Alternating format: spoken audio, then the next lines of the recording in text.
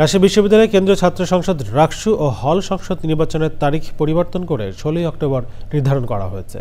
জরুরি সভা শেষে রাকসু নির্বাচন কমিশনের প্রধান নির্বাচন কমিশনার অধ্যাপক doctor F Nazrul Islam press বিজ্ঞপ্তিতে জানিয়েছেন, বর্তমানে অনুকূল পরিবেশ না থাকায় নির্বাচন পেছানো হয়েছে।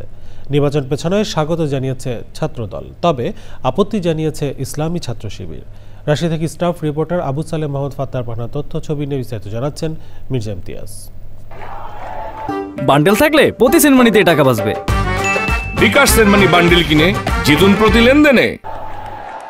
ডাকসু ও জাকসুর পর সবার নজর ছিল রাজশাহী বিশ্ববিদ্যালয় কেন্দ্রীয় ছাত্র সংসদ রাকসু নির্বাচনের দিকে। কিন্তু পোষ্যকোটা নিয়ে ২০ সেপ্টেম্বর আন্দোলনে উত্তাল হয়ে ওঠে রাজশাহী বিশ্ববিদ্যালয়। লাঞ্ছিত হন উপাচার্য সহ কয়েকজন। এর প্রতিবাদে বিশ্ববিদ্যালয়ের শিক্ষক কর্মকর্তা কর্মচারীরা ক্যাম্পাসে কমপ্লিট শাটডাউন পালন করছেন। বিশ্ববিদ্যালয়ে অচলাবস্থা থাকায় রাকসু নির্বাচন পেছানোর দাবিতে সোমবার সংবাদ সম্মেলন করেন ছাত্রদল ও স্বতন্ত্র মনোনীত ৪টি প্যানেলের প্রার্থীরা। নির্বাচন পেছানোয় নির্বাচন কমিশনকে স্বাগত জানিয়েছেন ছাত্রদল ও স্বতন্ত্র প্যানেলের প্রার্থীরা। সাধারণ শিক্ষার্থীদের দাবির প্রেক্ষাপটে ১৯ তারিখের পরিবর্তে যে ১৬ তারিখ আগামী ১৬ তারিখে নির্বাচনের তারিখ ঘোষণা করেছে, সেখানে রাজশাহী বিশ্ববিদ্যালয়ের হাজার হাজার শিক্ষার্থী সেটাকে স্বাগত জানিয়েছে।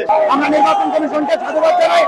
আমরা মনে করি আজকে নৈতিকতার বিজয় হয়েছে, শিক্ষার্থীদের বিজয় হয়েছে। নির্বাচনের তারিখ পেছানোর ঘোষণার সাথে সাথেই ক্যাম্পাসে বিক্ষোভ মিছিল করে ইসলামী ছাত্র শিবির। এই প্রশাসনের স্ট্রং কোনো ভূমিকা না থাকার কারণে সবগুলোতেই যেই সিন্ডিকেট তাদেরকে ব্যবহার করতেছে নির্বাচন পেছানোর জন্য, নির্বাচন বানচাল করার জন্য, সেই সিন্ডিকেটের ফাঁদে পড়ে গিয়ে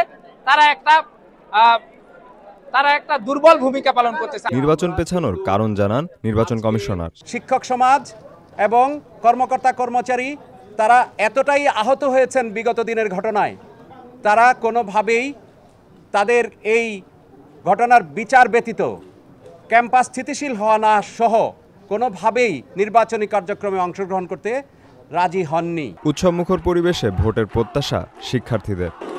মির্জা ইমতিয়াজ, চ্যানেল আই।